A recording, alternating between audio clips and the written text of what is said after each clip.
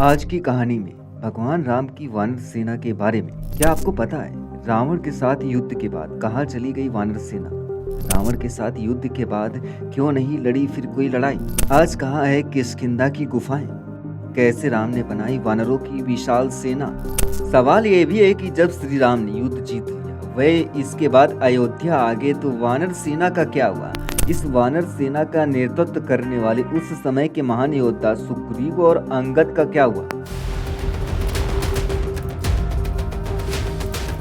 बहुत सारे सवाल उठते होंगे आपके मन में कि आखिर बाली और राम ने जो युद्ध लड़ा था, जिसमें बाली बुरी तरह हार गया था और उसकी मौत हो गई थी, वह जगह कहाँ पर है? तो चलिए आज हम भगवान राम की वानर सेना से जुड़ी कुछ ऐसी बातें बताने वाले हैं जिसे सुनकर आपके होश फाख्ता हो जाएंगे।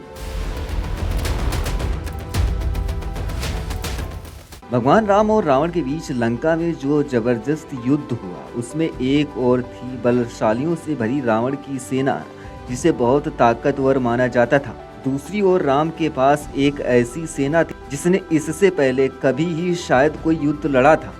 युद्ध में वो परंपरागत भी नहीं थे। दरअसल राम की ये सेना आन फान में बनी थी। ये वानर सैनिकों वाली सेना थी। रावण ने पहले इस सेना की हंसी उड़ाई, फिर राम की उसी वानर सेना ने दुश्मन के छक्के छुड़ा दिए। ये युद्ध जीता, लेकिन इस शानदार विजय के बाद वानर सेना का क्या हुआ ये किसी को नहीं मालूम है।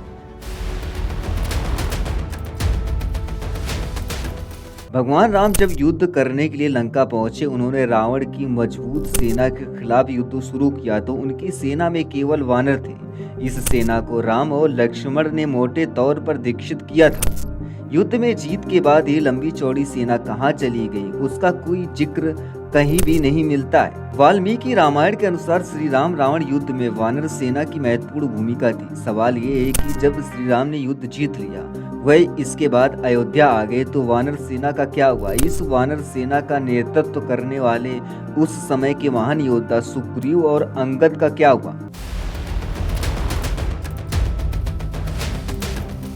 तो पहले बात कर लेते हैं कि भगवान श्री रामचंद्र ने कैसे बनाई इतनी विशाल वानरों की सेना।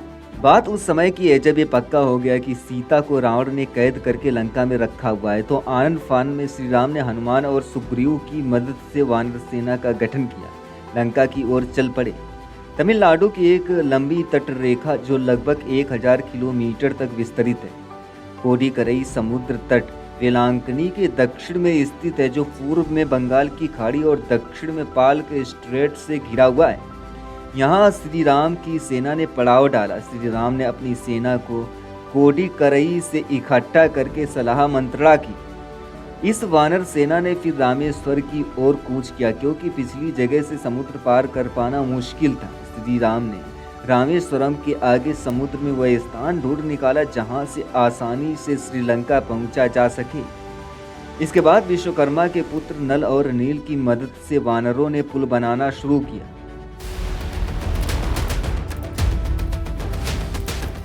बात करें अगर वानर सेना में कितने सैनिक तो वानर सेना में वानरों के अलग अलग झुंड थे।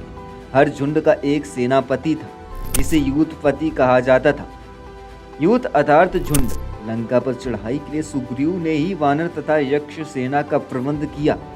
बताया जाता है कि वानर सेना जुटाई गई थी। ये संख्या में करीब 1 लाख के आसपास थी। ये कई राज्यों से मिलकर बनी थी। यह सेना राम के कुशल प्रबंधन और संगठन का परिणाम भी थी। विशाल वानर सेना छोटे छोटे राज्यों की छोटी छोटी सेनाओं व संगठनों जैसे किष्किंधा, कोल, भील, रीछ और वनों में रहने वाले रहवासियों आदि का संयुक्त रूप थी। अब आते हैं वापस सवाल पे कि रावण के साथ युद्ध के बाद कहाँ चली गई वानर सेना?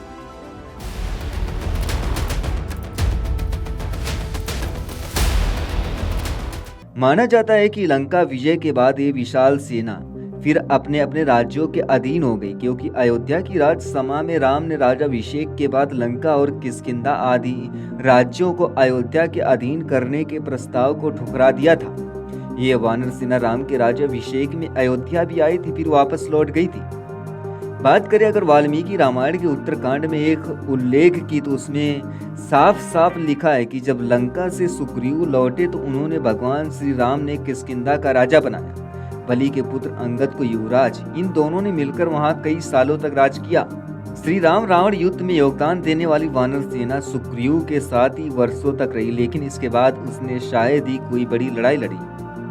तो ये थी आज की वीडियो और कहानी। ये वीडियो आपको कैसी लगी हमें कमेंट्स बॉक्स में ज़रूर बताएं और ऐसी ही वीडियोस के लिए अपने इस चैनल को सब्सक्राइब जरूर करें और कमेंट्स बॉक्स में जय श्री राम जरूर लिखें। पूरी वीडियो देखने के लिए बहुत बहुत धन्यवाद, शुक्रिया, जय श्री राम।